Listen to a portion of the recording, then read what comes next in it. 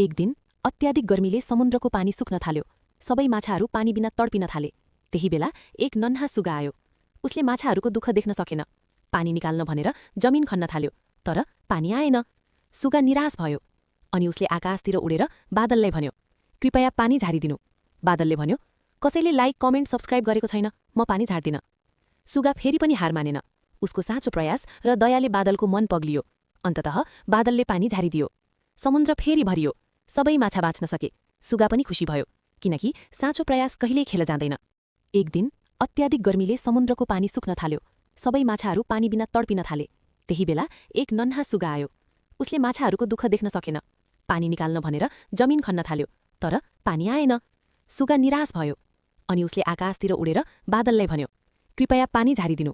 बादलले भन्यो, कसैले लाइक, कमेन्ट, सब्स्क्राइब गरेको छैन, म पानी झार्दिन। सुगा फेरि पनि हार मानेन। उसको साँचो प्रयास र दयाले बादलको मन पग्लियो।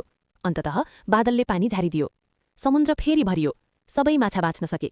सुगा पनि खुसी भयो, किनकि साँचो प्रयास कहिल्यै खेल जाँदैन।